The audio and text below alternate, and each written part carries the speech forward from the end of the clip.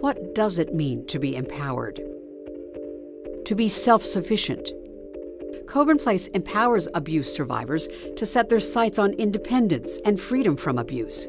Transitional housing gives survivors, quite literally, a new lease on life.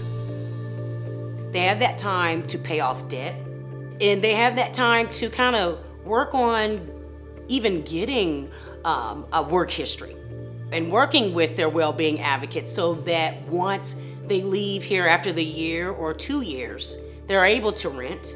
They've cleaned up things on their credit, and they feel comfortable holding a lease. You'd be surprised how many survivors are afraid of having a lease. They're afraid that I'm gonna be asked to leave again. They're afraid I'm gonna get another eviction. They're afraid the abuser's gonna come back and destroy their property again, and then they're gonna be charged.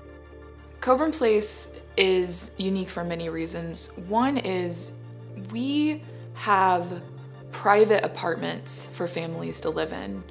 When they move in, they sign leases. Even though they're not paying rent and utilities, they still sign paperwork that says, this place is mine. I'm the only one that has access to it.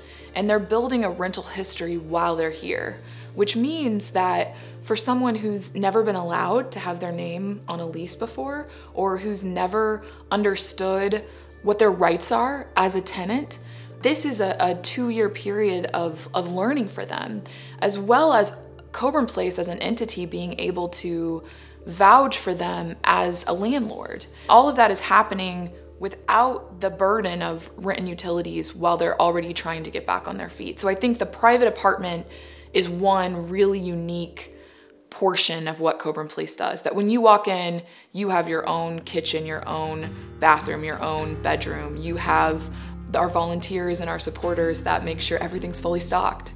Where does an individual start? They're in a hotel right now, they're in housing that's not sustainable, that either eviction is looming, it's not safe, they're doubled up with some friend or family, and what's the next step? And then you have children involved as well, and so it's just making sure that from education resources, childcare resources, what can the individual provide, what can they do? And it's very overwhelming.